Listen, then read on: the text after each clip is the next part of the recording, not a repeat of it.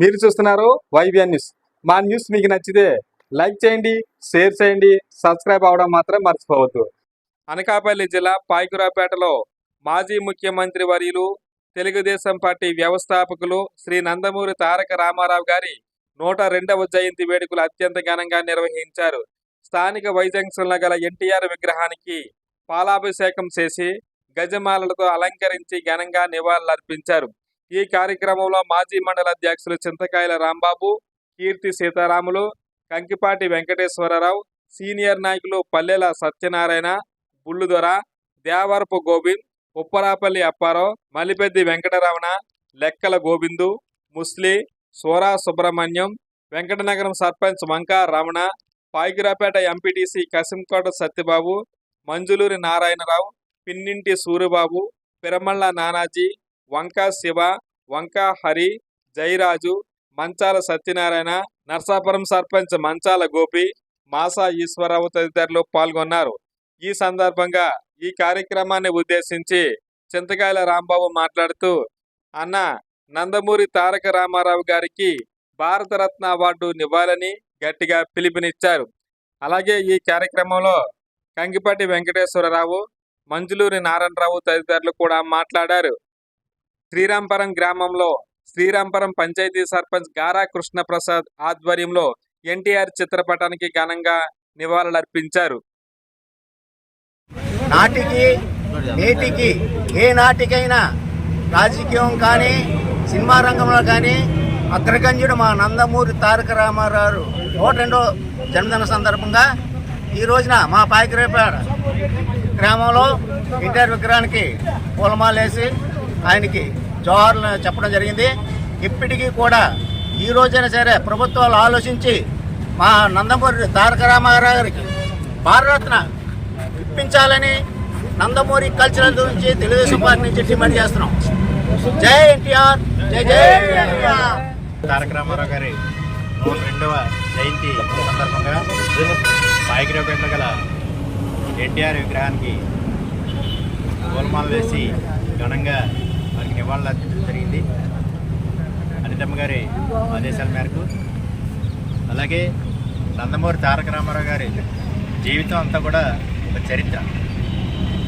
ఆయన సినీ ప్రస్థానం అంతా ఒక చరిత్ర అయితే రాజకీయ రంగ ప్రవేశం కూడా ఒక చరిత్ర. అటువంటి మహోన్నతమైనటువంటి వ్యక్తికి ఈరోజు 102వ జయంతి సందర్భంగా వారికి ఘనంగా నివాళులు అర్పించడం జరిగింది. మన ఎన్టీ రామారావు గారు 2 రాష్ట్రాలకు కూడా ఈరోజు ఒక మంచి పండగ వాతావరణం. 2 రాష్ట్రాల్లో కూడా ముఖ్యమంత్రిగా చేసిన వ్యక్తి ఎవరని అడిగితే మన ఎన్టీ రామారావు గారే. ఆయన ఒక సినిమాలే తీస్తూ ఎన్నో కోట్ల రూపాయలు సంపాదించుకునేటప్పుడు ఆయన ఒకటే ఆలోచించాడు, నాకు ఒకటి నా పిల్లలు కావని సరిపడిన ఆస్తి నేను సంపాదించుకున్నాను, కానీ నా ప్రజలు చాలా ఇబ్బందుల్లో ఉన్నారు, ఈ ప్రభుత్వాలు వాళ్ళని అనకదొక్కేస్తున్నాయి కాబట్టి వాళ్ళని నేను ఆదుకోవాలి అనే ఒక ఆలోచనతోనే, ఒక నినాదంతో ఆయన పార్టీ పెట్టడం జరిగింది. పార్టీ పెట్టిన 11 నెలల్లోనే ప్రభుత్వం రావడం జరిగింది. వచ్చిన తర్వాత ఆయన ఒకటే నినాదం తీసుకున్నాడు, ఈ మా ప్రజలకి ఒకటే పెట్టి ఏమీ బంగారం కావాలి ఎందుకని అడగట్లేదు, తినడానికి తిండి, ఉండడానికి బట్ట, కట్టుకోవడానికి బట్ట, ఉండడానికి ఇల్లు ఇస్తే చాలని ఒక ఆలోచనతోనే ఆయన ప్రభుత్వాన్ని స్థాపించడం జరిగింది.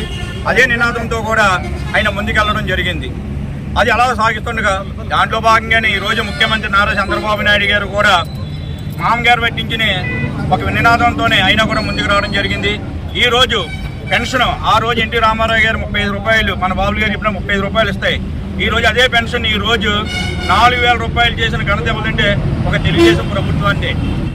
102 సంవత్సరాలు దినోత్సవం కారణంగా ఎన్టీ రామారావు గారికి చాలా పూలదండలేసి నివాళులు అర్పిస్తూ, నిజంగా మరి ఇలా మేము ఎప్పుడు 42లో జాయిన్ అవ్వి ఎన్టీ రామారావు గారు కూడా ఆనాటి నుంచి ఈనాటి వరకు కూడా మేము ఆ పార్టీలోనే కొనసాగుతూ ఇవాళ సంక్షేమ పథకాలని ఇంకోదాన్ని అభివృద్ధి చేస్తూ, నిజంగా మరి చంద్రబాబు నాయుడు గారు కూడా నిజంగా మరి రామారావు గారు ఏ బాటలు నడిచారో ఆ బాటల్ని వదలకుండా ఈ ఆటకు కూడా సంక్షేమ పథకాలన్నీ జరిపించడం జరుగుతుంది. అలాగే ఎవడూ కూడా నిజంగా జగన్ గారు 1000 రూపాయలు పెంచి 4 సంవత్సరాలు ఇచ్చాడు.